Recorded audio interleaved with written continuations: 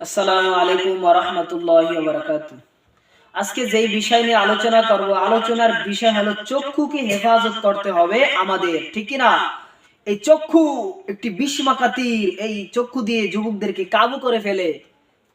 তাই আমরা আজকে এই বিষয় নিয়ে কথা শুনবো এবং আমি যেন বলতে পারি আল্লাহ তাআলা কবুল ও মঞ্জুর করেন। সূরা মুমিনের 19 নম্বর আয়াতে আল্লাহ কি বলেন? ইয়ালামু খাইনাতাল আয়ুনি ওয়া মা তুখফি সুদূর।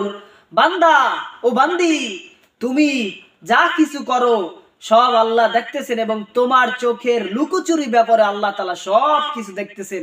আমরা অনেক সময় ভাবি যে আমি এখন রাত্র অনেক গভীর হয়ে গেছে, কম্বলের তলে একলা একলা আমি নাটক, গান, সিনেমা, নর্তকী নারীদের নাচ গান দেখতেছি, আমার কেউ দেখতেছে না। আমি যে অপকর্ম করতেছি কেউ দেখতেছে না, দেখতেছে কে? আল্লাহ। কেউ যেটা দেখে না সেটা দেখে কে? আল্লাহ। কেউ যেটা দেয় না সেটা দেয় কে? ওই আল্লাহকে ফাঁকি দেওয়ার কোনো সুযোগ নাই, ঠিক কি না? তাই আমরা সর্ব অবস্থায় সর্ব হালাতে আল্লাহকে ভয় করে চলবো এবং নিজে নিজে এই মুজাহাদা করব যে আমার আল্লাহ তো দেখতেছে, কেউ দেখুক আর না দেখুক, এই ভয় এই তাকওয়া যার অন্তরে আসবে সেই তো সফল কাম। আল্লাহ কি বলছেন? ইন্না আকরামাকুম ইনদাল্লাহি আতকাকুম। তোমাদের মধ্যে আমার কাছে সবচেয়ে প্রিয় বান্দা বান্দি তারা যারা আমি আল্লাহকে ভয় করে চলবে। সর্ব অবস্থা আল্লাহকে ভয় করে চলতে হবে। এই চোখ, এই চোখে চোখে প্রেম হয়, চোখে চোখে কথা হয়। আজকে যুবক যুবতী যারা মাদ্রাসায় পড়ে, স্কুল কলেজে ভার্সিটি পড়ে, অনেক আলিয়া মাদ্রাসা এখন প্রেম প্রীতি, অনেক স্কুলে প্রেম প্রীতি, অনেক এখন দেখা যায় এই চোখের কারণে আজকে আমাদের জীবন, আজকে আমাদের অনিবার্য ধ্বংস হয়ে যাইতেছে। তাই কি বলছেন? চক্ষু একটি বিস্মাকাতির, এই চক্ষুর হেফাজত আমাদেরকে সব সময় করতে হবে। এখন এই না যে চক্ষুর হেফাজত যে কোরআন পড়বো না, হাদিস পড়বো না, না। চক্ষুর হেফাজত মানে কি? গুনাহের কাছ থেকে হেফাজত করতে হবে। যখন আমি রাস্তা দিয়ে হাঁটবো তখন যদি কোনো বেগানা নারী, কোনো যুবতী মেয়ে যদি আমার দিকে তাকায়, যদি আমি নজর পড়ে যায়, তাড়াতাড়ি নজরটা ফিরে লাবো। কারণ নবীজি বলছেন, হে আলী, যখন তোমার কোনো চোখের নজর যদি কোনো বেগানা নারীর দিকে পড়ে যায় তাহলে তুমি তাড়াতাড়ি চক্ষুকে ফিরে রাখো। কারণ প্রথম নজর তুমি ইচ্ছাকৃত দানাটা পড়ে গেছে, অনিচ্ছাকৃত ভাবে যখন দ্বিতীয়বার দেওয়ার চেষ্টা করবা, দেখার চেষ্টা করবা, তখন গুনাহ আছে না নাই?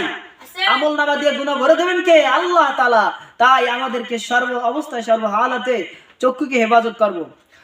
ইন্নাল্লাহা ইউহিব্বুল মুত্তাকিন। মুত্তাকিনদেরকে আল্লাহ ভালোবাসেন। মুত্তাকিন কারা? জিনাল আইনিন নজর। এই চক্ষু হলো জিনার একটি অন্তর্ভুক্ত। তাই চক্ষু গুনাহের থেকে, চোখের গুনাহের থেকে, কানের গুনাহের থেকে, হাতের গুনাহের থেকে আমরা সব সময় হেফাজত থাকবো। যদি হেফাজত থাকি আমাদেরকে ভালোবাসবেন কে? আল্লাহ আমাদেরকে ভালোবাসবেন। কেউ আমাদেরকে যদি ভালো না বাসে, যদি ভালো না পায়, তাহলে কোনো এই দরকার নাই। যদি আমার আল্লাহ তাআলা ভালোবাসেন, এইটাই হলো আসল ভালোবাসা, ঠিক কিনা? ঠিক। নবী রাসূলদের ইতিহাস থেকে জানি, সাহাবীদের ইতিহাস থেকে জানি, তারা সব সময় আল্লাহ তাআলার ধ্যানে খেলে মগ্ন ছিলেন এবং তাদের চক্ষুকে সব সময় হেফাজত করে চলছেন। এজন্য তারা সব সময় কাজে কর্মে সব কিছুতে বরকত পাইছেন। আর আজকে আমরা যতই কাজ করি, যতই কিছু করি না কেন, কিন্তু আমাদের কাজে বরকত নাই। অনেকে হুজুর দোয়া করেন, আমার ঘরে বরকত নাই। ও হুজুর, আমার ঘরে বরকত নাই, আমার ছেলে মেয়ে কথা শুনে না, আমার পরিবারে বরকত নাই, কামার রুজিতে বরকত নাই। দোয়া করে না নাই, কিন্তু বরকত না থাকার কারণ গুনাহ করতেছো আর নেক আমল তুমি ছাড়তেছো। যদি নেক আমল ধরো, গুনাহ ছাড়ো, তাহলে আমি গ্যারান্টি দিলাম ঘরের মধ্যে বরকত আসবে। ইয়ালামু খাইনাতাল আয়ুনি ওয়া মা তুখফিস সুদূর। বান্দা বান্দি, চক্ষুকে হেফাজত করো। তাই সর্ব হালাতে সর্ব অবস্থায় চক্ষুকে হেফাজত করতে হবে। চক্ষুকে যদি হেফাজত করি, আল্লাহ এবং আল্লাহর নবী আমাদেরকে ভালোবাসবেন। সব সময় আমরা চক্ষুকে হেফাজত করে চলবো। যুবক ভাইয়েরা আমার, যেই কথা বলতেছি আমি, এই চক্ষুর হেফাজত যেই বান্দা বান্দি করবে, আল্লাহ তাদেরকে ভালোবাসবেন। আজকে আমরা চোখের ইবাদত করতে পারি না। যাদের চোখ নাই তারা বোঝে চোখের কি মর্যাদা, যাদের হাত নাই তারা বোঝে হাতের কি মর্যাদা,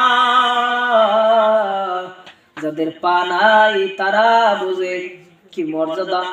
এই যে ঢাকা মেডিকেল হাসপাতালে কয়েক মাস আগে গেলাম, সেখানে যাইয়া দেখলাম অনেকের চোখ নাই, বসি, অনেকের চোখ নাই, অনেকের পা নাই, অনেকের হাত নাই।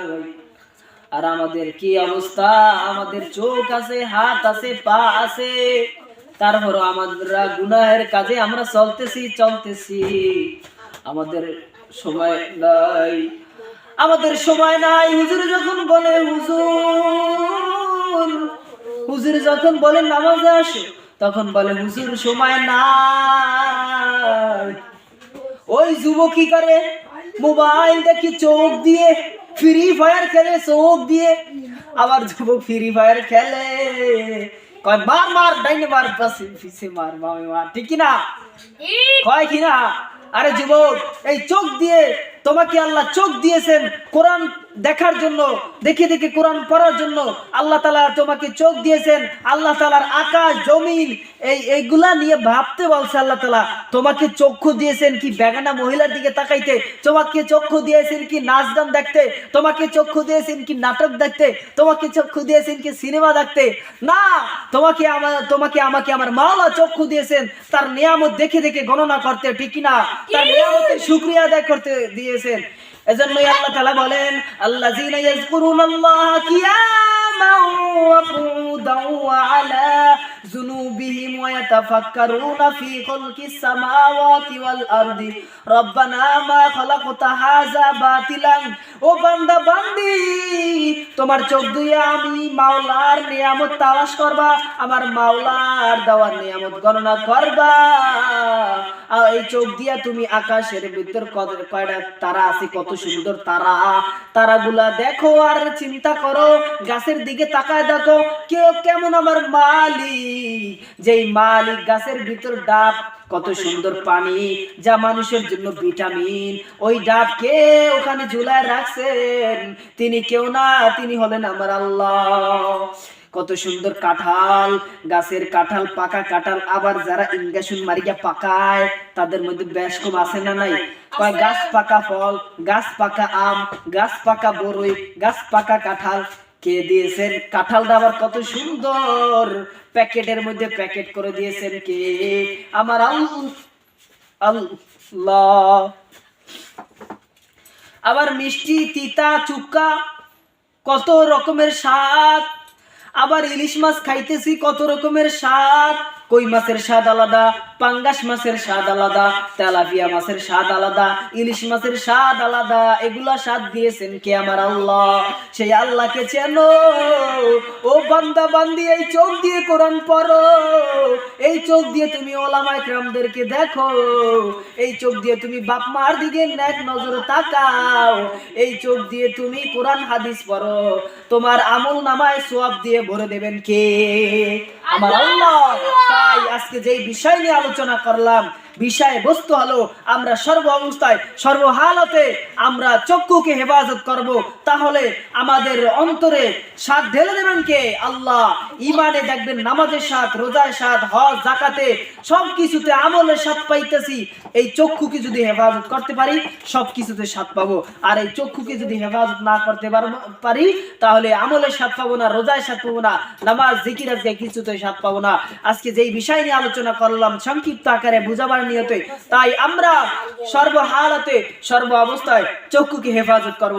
আল্লাহ তাআলা কবুল ও মঞ্জুর করেন, আমিন। ওয়া আখিরি দাওয়ানা আনিল হামদুলিল্লাহি রাব্বিল আলামিন। আসসালামু আলাইকুম ওয়া রাহমাতুল্লাহ।